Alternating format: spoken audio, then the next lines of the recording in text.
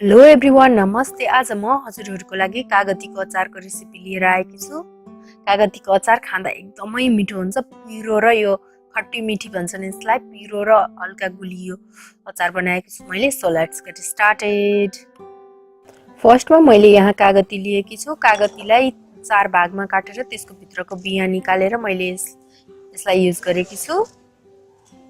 अब यो कागतीमा नुन राख्यौँ र यसलाई मजाले मिक्स गरौँ।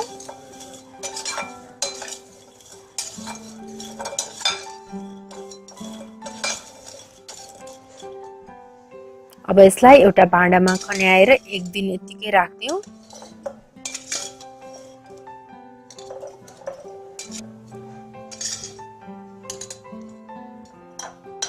अब कागतीको अचार बनाउनको लागि मैले यहाँ सानो सानो टुक्रामा काटेको अदुवा लिएकी छु, हरियो खुर्सानी, खस्रो गरी पिसेको मेथी, तोरी, बास्नाको लागि स्टार अनिज र दालचिनी लिएकी छु। अनि यो कागतीको रस हो, रातो खुर्सानीको धुलो, चिनी।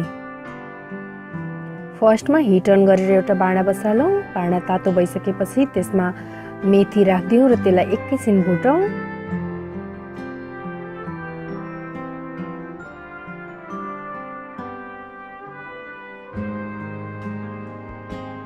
अब त्यो मेथीमा त्यो तोरीको धुलो पनि राखिदिउँ र त्यसलाई पनि एकैछिन भुटौँ। मैले नभुटिकन पिसेको भएर यसलाई भुटेको छु, हजुरहरूले भुटेर पनि पिस्न सक्नुहुन्छ।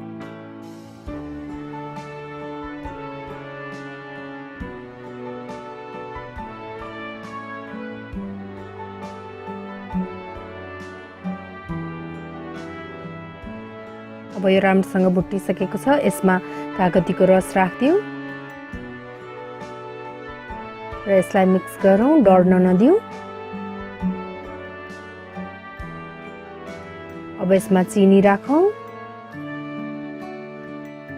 र अलिकति पानी राखिदिउँ। अब यसलाई मजाले मिक्स गरौँ। चिनीमा कागती राखेपछि यो क्रिस्टलाइज हुँदैन।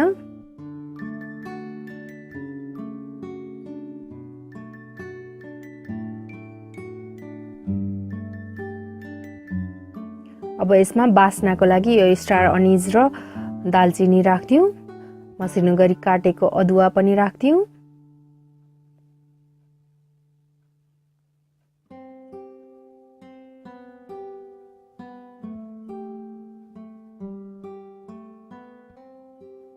अब बिस्तारै चिनी पग्लिन थाल्छ। अब यसमा रातो खुर्सानीको धुलो पनि राखिदिउँ। मसिनो गरी काटेको हरियो खुर्सानी।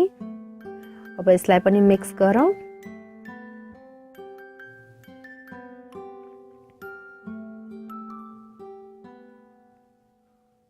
अब चिनी सबै मजाले पग्लिसकेको छ। यसको कलर अलिकति चेन्ज भइसकेको छ, रेडी भइसक्यो। अब यो नुन लगाएर राखेको कागतीमा त्यो मसला ल्याएर राखिदिउँ। यो कागतीको अचारमा अरू बेला चाहिने भन्दा अलिकति बढी नुन राख्नुपर्छ, किनभने अमिलोले गर्दा नुन त्यति आउँदैन।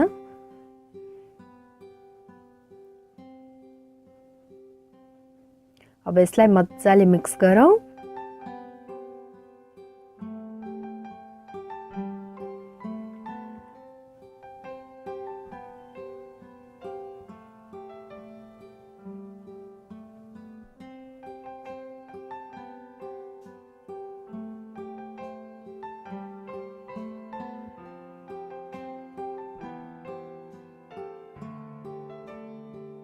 यसरी चलाई चलाई मजाले मिक्स गरौँ, यो कागतीभित्र सबै मसला पस्ने गरी।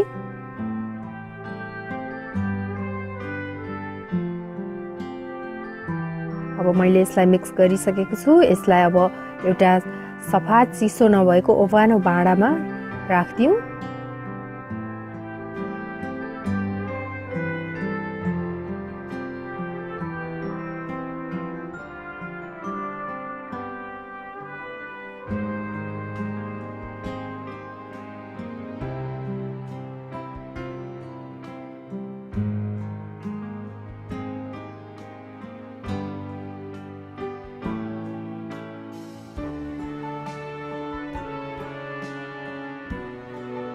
हेर्नुहोस् त हेर्दै खाउँ लाग्ने अचार बनेको छ, तर यो अहिले खानको लागि रेडी छैन। यसलाई 1 महिना जति राख्नुपर्छ। यो कागतीको बोक्रा गलेर आउँछ अनि त्यस पछाडि यो खानको लागि रेडी हुन्छ।